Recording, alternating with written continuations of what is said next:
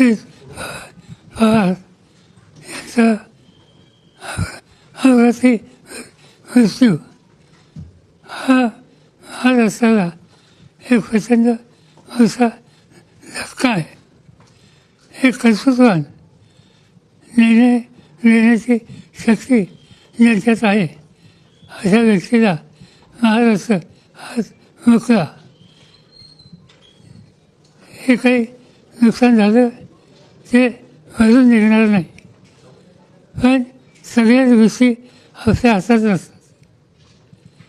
मी आज मीडियासोबत येणार नसतो, परंतु काही वृत्तपत्रांनी हा अपघात याच्यामागं काहीतरी राजकारण आहे अशा प्रकारची भूमिका कलकत्त्यावरून मांडली गेली. याच्यात राजकारण नाही, हा निव्वळ अपघात आहे. त्याच्या यातना महाराष्ट्राला आम्हा सगळ्यांना सतत असतात. कृपा करून इथं राजकारण आणू नये एवढं सांगायचं.